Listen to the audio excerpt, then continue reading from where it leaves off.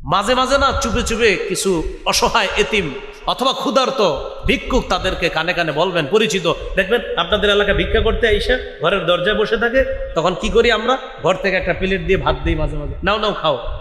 এই জাতীয় ভিক্ষুকদেরকে মাঝে মাঝে বলবেন, আগামী শুক্রবার জুমার নামাজের পরে তোমার পুরা পরিবার আমার বাড়িতে দাওয়াত।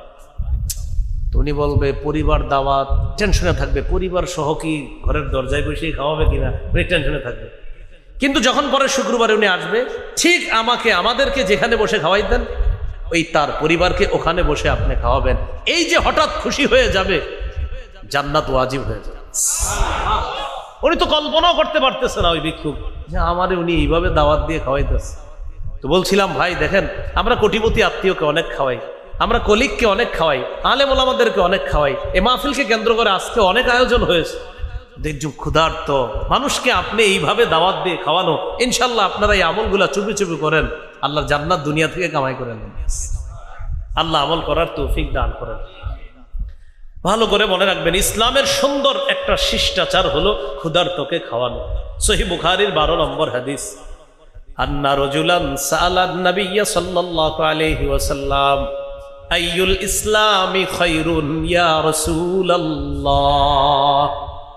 এক ব্যক্তি আল্লাহ রাসূল সাল্লাল্লাহু আলাইহি সাল্লামকে জিজ্ঞাসা করলেন, ইসলামের কোন রীতিনীতিটা সবচেয়ে উত্তম ইয়া রাসূলুল্লাহ, আমি আপনার কাছে জানতে চাই।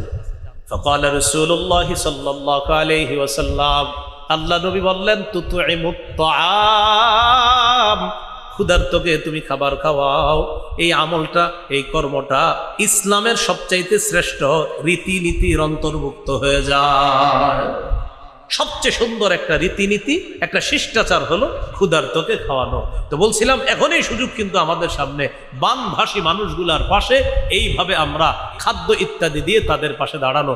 আলহামদুলিল্লাহ পানি শুকানোর দিকে, তো পানি শুকানোর পর এখন দরকার কি তাদের, এখন সাধারণত 4টা বিষয় গুরুত্ব দিতে হবে: খাদ্য, বস্ত্র, বাসস্থান, স্বাস্থ্যসেবা। শিক্ষাটা বললাম না এখন, কারণ শিক্ষার ব্যাপারে আলাদা আলোচনা, ঠিক আছে? তো আপাতত 4টা: খাদ্য, বস্ত্র, বাসস্থান, স্বাস্থ্যসেবা। ইনশাল্লাহ সুস্থ হয়ে গেলে এরপরে শিক্ষার আলোচনা আসবে যে কি কি হবে। তো কিন্তু এই 4টা খুব জরুরি: খাদ্য, বস্ত্র, বাসস্থান আর স্বাস্থ্যসেবাটা খুব জরুরি। আপাতত আমরা এই 4টি বিষয়ে খুব খেয়াল রাখবো, তাদের পাশে দাঁড়ানোর চেষ্টা করবো ইনশাআল্লাহ। নবীজির সাহাবী জারির ইবনু আব্দুল্লাহ রাদিয়াল্লাহু তাআলা আনহু বলেন, আমি রাসূলুল্লাহ সাল্লাল্লাহু আলাইহি সাল্লামের কাছে বায়াত হলাম এই শর্তে, আলা ইকামিস সালাহ, আমি নামাজ কায়েম করব, ওয়া ইতাইজ যাকাত, আমি যাকাত আদায় করব, ওয়ান নুসহি লিকুল্লি মুসলিম, আমি প্রত্যেকটা মুসলমানের কল্যাণকামী হব। এই মর্মে আমি নবীর কাছে বায়াত হলাম। তাহলে নামাজ কায়েম করা আমার আপনার, আমাদের সকলের দায়িত্ব। যাকাত আদায় করা আমার আপনার সকলের দায়িত্ব। যাদেরকে আল্লাহ যাকাত দেওয়ার তৌফিক দিবে, প্রত্যেকটা মুসলমানের কল্যাণ কামনা করা, এটা আমার আপনার সকলের দায়িত্ব। এই দায়িত্ব যথাযথভাবে আল্লাহ পালন করার তৌফিক দান করেন। সহিহ মুসলিম 2699 নম্বর হাদিস, 2699, মোট হাদিস সংখ্যা হবে 3033টা। এই হাদিসের মধ্যে আছে, قال رسول الله صلى الله عليه وسلم, الله في عون العبد ما كان العبد في عون أخيه, বান্দা যতক্ষণ তার ভাইকে সহযোগিতা করবে, ভাইয়ের সাহায্যে এগিয়ে যাবে, ততক্ষণ ওই বান্দাকে আল্লাহ সাহায্য করতেই থাকবে। আমি তার সহযোগিতায় এগিয়ে যতক্ষণ যাব, ততক্ষণ আল্লাহ আমাকে সাহায্য করতে থাকবে। এখন আপনাদের অনেকের মনে প্রশ্ন আসতে পারে, হুজুর আমার তো সামর্থ্য নাই, তাই আমি দাঁড়াইতে পারতেছি না, কিন্তু হুজুর আমার সামর্থ্য হইলে আমি ঠিকই দাঁড়াইতাম। এরকম অনেক মানুষ আছে, সামর্থ্য নাই, কিন্তু তাদের এরকম মানসিকতা যে সামর্থ্য থাকলে আমি দাঁড়াইতাম। আপনারাও চিন্তা করবেন না, সামর্থ্য যাদের নাই, মুখ দিয়ে সুন্দর একটা কথা বলার তো সামর্থ্য আছে। যারা সামর্থ্যবান তাদেরকে গিয়ে বলবেন, ভাইজান আমি তো সামর্থ্যের অভাবে ওই বানভাসী মানুষগুলার পাশে তেমন ভাবে দাঁড়াইতে পারি নাই, আমি মাত্র 10 টাকা দিছি বা 20 টাকা দিছি, আপনার তো মাশাআল্লাহ কোটি কোটি টাকা, আপনিও যদি একটু সুন্দরভাবে তাদের পাশে দাঁড়াইতেন অনেক ভালো হয়। আপনি তাকে শুধু মুখ দিয়ে বললেন, আর আপনি বলার কারণে বাস্তব অর্থে উনি 2-3 লাখ টাকা তাদের সাহায্যে দান করে দিছে। ইনি দান করে যে সওয়াব পেয়েছে, আপনি মুখ দিয়ে শুধু বলছেন, এই সওয়াব আপনাকে আল্লাহ দান করেছে। দলিল তিরমিজির বর্ণনা 2670 নম্বর হাদিস, 2670। এই হাদিসের মধ্যে আছে عن أنس بن مالك رضي الله تعالى عنه أن رجلا أتى النبي صلى الله عليه وسلم يستحمله। এক ব্যক্তি রাসূলুল্লাহ সাল্লাল্লাহু আলাইহি সাল্লামের কাছে আসছে বাহন চাওয়ার জন্য, বাহন যেই বাহনের উপরে তিনি চড়বে। ফালাম ইয়াজিদ ইনদাহু মা ইয়াতাহাম্মালু, আল্লাহ নবী তাকে বাহন দেওয়ার মতো কোনো কিছু পায় নাই। নবীজির কাছে এসে বললেন, ইয়া রাসূলুল্লাহ, আমার একটা বাহন প্রয়োজন, বাহনের ব্যবস্থা করে দেন। নবী তালাশ করে এমন কোন বাহন পায় নাই যে বাহনটা ওই ব্যক্তিকে দিতে পারেন, দেওয়ার মতো বাহন নাই। ফাদাল্লাহু আলা আখার, রাসূলুল্লাহ সাল্লাল্লাহু আলাইহি সাল্লাম নিজে যদিও বাহন দিতে পারেননি, নবীজি বলে দিলেন, তুমি এক কাজ করো, অমুকের কাছে যাও, আমার কথা গিয়ে বলবা, দেখো তিনি কোনো বাহনের ব্যবস্থা করে দিতে পারেন কিনা। ওই ব্যক্তি তার কাছে গেছে, যাওয়ার পর বললেন, আল্লাহ রাসূল সাল্লাল্লাহু আলাইহি সাল্লাম আপনার ব্যাপারে বলেছেন যে আপনার কাছে একটা বাহন চাওয়ার জন্য, আপনি চাইলে ব্যবস্থা করে দিতে পারেন। সত্যি সত্যি ওই লোক তাকে বাহনের ব্যবস্থা করে দিয়েছে। ফাআতান নবিয়্য সাল্লাল্লাহু আলাইহি ওয়াসাল্লাম ফাআখবারা, বাহন নিয়ে লোকটি আল্লাহর নবীর কাছে আসলেন। আসার পর বললেন, ইয়া রাসূলুল্লাহ সাল্লাল্লাহু আলাইহি ওয়াসাল্লাম, যার কাছে আপনি বাহন আনার জন্য পাঠিয়েছেন তিনি আমাকে বাহন দিয়ে দিয়েছেন। নবীজি বললেন, ইন্নাদ দাল্লা আলাল খাইরি কাফাইলিহি, মনে রাখবা, যে ব্যক্তি অন্য কাউকে কল্যাণের রাস্তা দেখা দেয়, ওই কল্যাণকর কাজটা ওই মানুষটা করলে যে সওয়াব, যিনি রাস্তা দেখা দেয় তাকেও আল্লাহ সেই সওয়াব দিয়ে দেয়। আমি তোমাকে বাহন দেইনি, রাস্তা দেখাইয়া দিছি, ওখানে গেলে পেতে পারো। রাস্তা দেখানোর কারণে আল্লাহ আমাকেও সেই সওয়াব দান করেছে। কি শিখলাম? নিজে যদি তেমন ভাবে সহযোগিতা করতে নাও পারি, মুখ দিয়ে অন্তত কাউরে বলতেও পারি, ভাই আমি পারি নাই, তুমি একটু দাও। এই বলার কারণে তিনি যদি সহযোগিতা করেন, আল্লাহ তাকে ওই পরিমাণ সওয়াব দান করেন। এই গেল আজকের আলোচনার ভূমিকা। তাহলে আপনারা একটু কষ্ট করে বলেন তো, আজকের আলোচনার শিরোনামটা কি? মানব সেবা। হ্যাঁ, কি শিরোনাম? মানব সেবা। মানব সেবা সম্পর্কে আমরা ভূমিকা জানলাম। এখন আমরা বিস্তারিত আলোচনায় যাই। প্রথমে সংক্ষেপে 10টি কথা মনে রাখবেন, সংক্ষেপে বলি, এরপরে বিস্তারিত বলতেছি। মানব সেবার অনেকগুলো খাত আছে। আজকে আমি আপনাদের সামনে 10টি খাত নিয়ে আলোচনা করব ইনশাআল্লাহ বিইজনিল্লাহি তাআলা। কয়টি খাত? 10টি। তাহলে আমি 10টি বলি, একদম মন দিয়ে শোনেন। মানব সেবার 1 নম্বর খাত, এতিমকে লালন পালন করা। 2 নম্বর, বিধবা নারীকে সহায়তা প্রদান করা। 3, দুস্থ অসহায় দরিদ্র মানুষের সেবা নিশ্চিত করা। 4 নাম্বার, যারা রোগী তাদের স্বাস্থ্য সেবা নিশ্চিত করা। 5, প্রতিবেশীর খোঁজ খবর রাখা, বিশেষ করে বন্যা কবলিত মানুষ যারা, এখন এই মানুষগুলার, তাদের যারা বড়লোক প্রতিবেশী আছে, তাদের এখন দায়িত্ব কর্তব্য ওই বন্যায় যারা ক্ষতিগ্রস্ত হলো তাদের প্রতিবেশী হিসাবে খোঁজ খবর নেওয়া। 6 নম্বর, অনেক মানুষ কোটিপতি, এই বন্যায় একদম শেষ হয়ে গেছে সব। ফেনীর এক লোকের 8 কোটি টাকার মাছের ঘের শেষ। 8 কোটি, একদম 8 কোটি টাকা একদম শেষ। তো এটা তো খালি উনি বলছে দেখে আমরা জানলাম, আর যারা বলে নাই এমন তো অসংখ্য আছে। তো যারা ধনী আছে তারা তাদেরকে কর্জে হাসানা দিতে পারে, এটা 6 নাম্বার খাত, কর্জে হাসানা, ঋণ দেওয়া। 7 নাম্বার, ত্রাণ বিতরণ করা। আপনাদের এই এলাকাবাসীর কেউ যদি ত্রাণ নিয়ে যান, মেহেরবানি করে ত্রাণ না লিখে লিখবেন হাদিয়া বিতরণ। কি লিখবো আমরা ইনশাল্লাহ? হাদিয়া বিতরণ। হ্যাঁ। 8 নাম্বার, শরণার্থী যারা তাদেরকে আশ্রয় প্রদান করা। বন্যায় ঘর ডুবে গেছে, বাড়িঘর ডুবে গেছে, যতদিন বাড়িঘর না হবে ততদিন তাদের নিরাপদ বাসস্থানের ব্যবস্থা করে ওই নিরাপদ বাসস্থানে রাখা। এরপর তাদের ওই ঘর বাড়িগুলার ব্যবস্থা আমরা করতে হবে। করার পর তারপর ওই আশ্রয় কেন্দ্র থেকে তার ঘরে তাকে নেওয়ার ব্যবস্থা করা। 8 নাম্বার। 9 নাম্বার, সুস্থ শরীরে রক্তে কোনো সমস্যা না থাকলে স্বেচ্ছায় রক্তদান করা। 10 নাম্বার, এই যে মাশাআল্লাহ সমাজ কল্যাণমূলক কাজ করা, এটার নাম কি? ইসলামী যুব সমাজ কল্যাণ। তো এই সমাজ কল্যাণমূলক কাজ করা, এগুলো 10 নাম্বার খাত।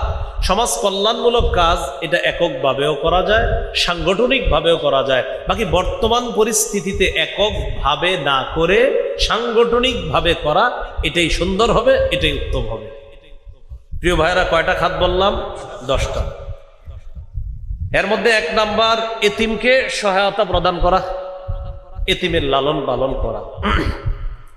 সূরা বাকারার 83 নম্বর আয়াতে আল্লাহ বলেন, লা তা'বুদুনা ইল্লাল্লাহ ওয়া বিল ওয়ালিদাইনি ইহসানা ওয়া দিল কুরবা ওয়াল ইয়াতামা ওয়াল মাসাকিন।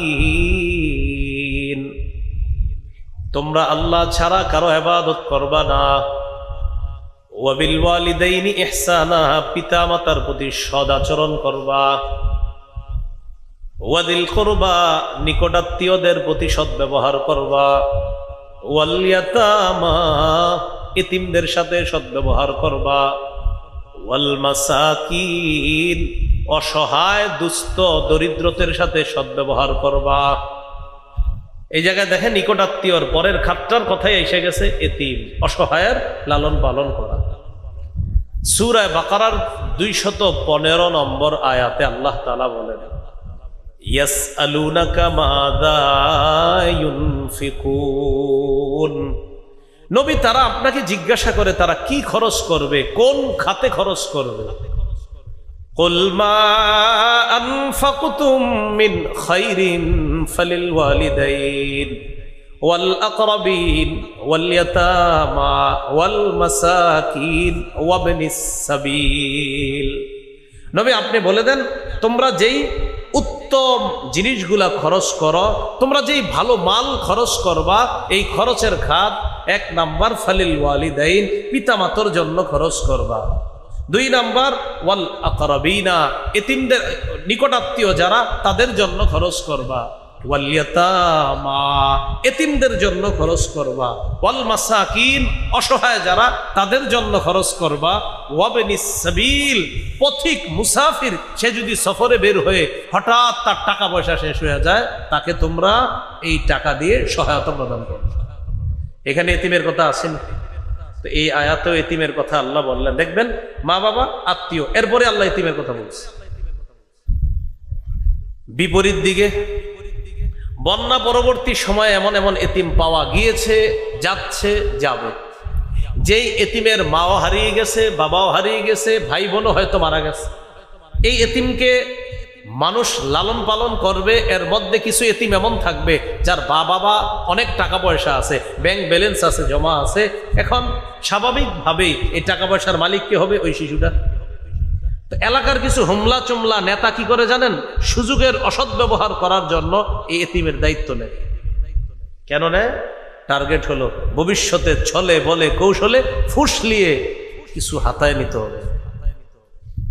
এই ব্যাপারে আল্লাহ কঠিন হুঁশিয়ারি দিছে। সূরা নিসার 10 নম্বর আয়াতে আল্লাহ তাআলা বলেন, ইন্নাল্লাযীনা ইয়াকুলুনা আমওয়ালাল ইয়াতামা যুলমা ইন্নামা ইয়াকুলুনা ফি বুতুনিহিম নারা ওয়া সায়াসলাউনা সাঈরা। আল্লাহ তাআলা বলেন, যারা এতিমের সম্পদ ভক্ষণ করে পেটের মধ্যে ঢুকায়, তারা পেটের মধ্যে আগুন ঢুকায়, তারা পেটের মধ্যে আগুন খায়, 70 তারা জাহান্নামে প্রবেশ করবে, প্রজ্বলিত আগুনে প্রবেশ করবে। নাউজুবিল্লাহ। তাহলে এক অংশ আমি বলি, বাকি অংশ আপনারা বলেন তো। যারা এতিমের সম্পদ পেটে ঢুকায় তারা পেটে কি ঢুকায়? যারা এতিমের সম্পদ খায় তারা পেটে কি খায়? আগুন খায়। তো এটা যে শুধু বন্যা কবলিত এতিম এমন না, আশেপাশে এরকম এতিম পাবেন, যে এতিমের পিছনে অনেকে কাজ করে, এতিমের মাথায় হাত বুলায়, হেরে লালন পালন করে, এই নিয়তে কিছু করা যায় কিনা দেখি। এবার আমার এই 2 আঙ্গুলের দিকে তাকান, দেখেন মাঝে একটু ফাঁকা রাখছি, 2 আঙ্গুল হালকা ফাঁকা, দেখছেন সবাই? হ্যাঁ, নবীজি সাল্লাল্লাহু আলাইহি সাল্লাম কি বলে দেখেন, সহিহ বুখারীর বর্ণনা 5304 নম্বর হাদিস।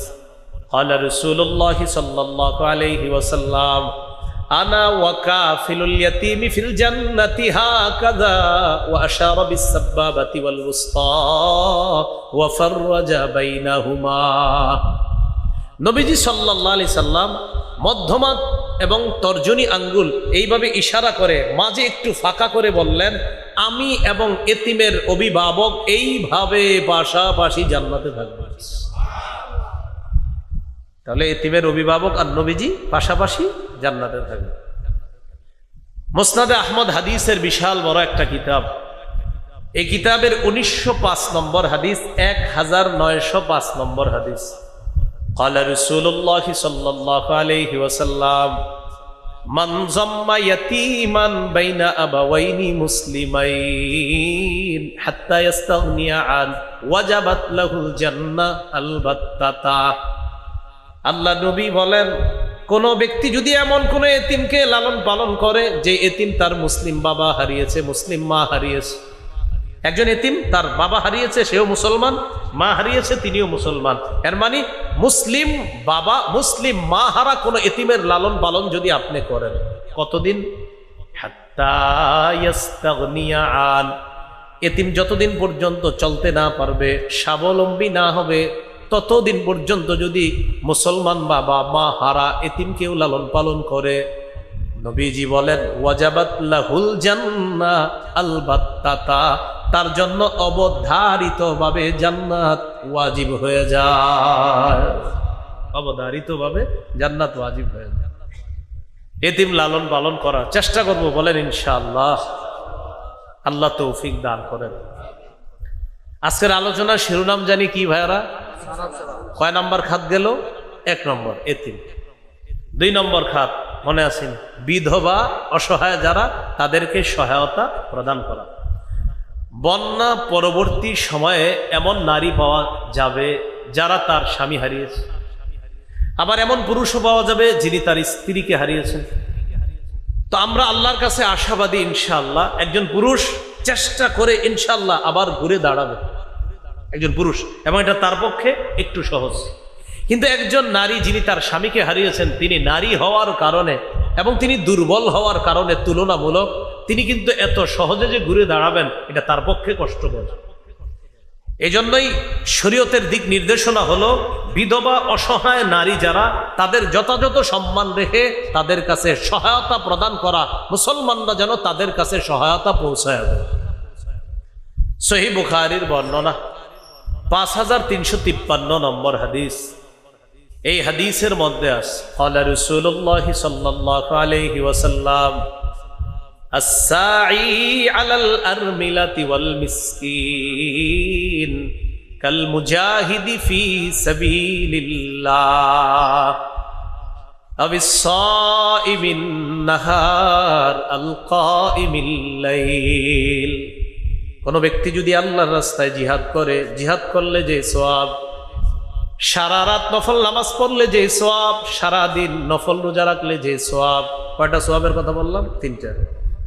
জিহাদ করলে যে সওয়াব, সারা রাত নফল নামাজ পড়লে যে সওয়াব, সারা দিন নফল রোজা রাখলে যে সওয়াব। কোনো ব্যক্তি যদি বিধবা নারীকে সহায়তা প্রদান করে, তার কাছে সহায়তা পৌঁছায় দেয়, মুজাহিদের যে সওয়াব, সারা রাত নফল আদায়কারীর যে সওয়াব, সারাদিন রোজা রাখার যে সওয়াব, ওই বিধবাকে সহায়তা প্রদানকারীর আমল নামায় এই পরিমাণ সওয়াব আল্লাহ লিপিবদ্ধ করে দেয়। বিধবাকে সহায়তা প্রদান করা জিহাদের সওয়াব, বিধবাকে সহায়তা প্রদান করা সারা রাত তাহাজ্জুদ করার সওয়াব, বিধবাকে সহায়তা প্রদান করা সারাদিন নফল নামাজ পড়ার সওয়াব। আল্লাহ আমাদেরকে কথাগুলোর উপর আমল করার তৌফিক দান করেন।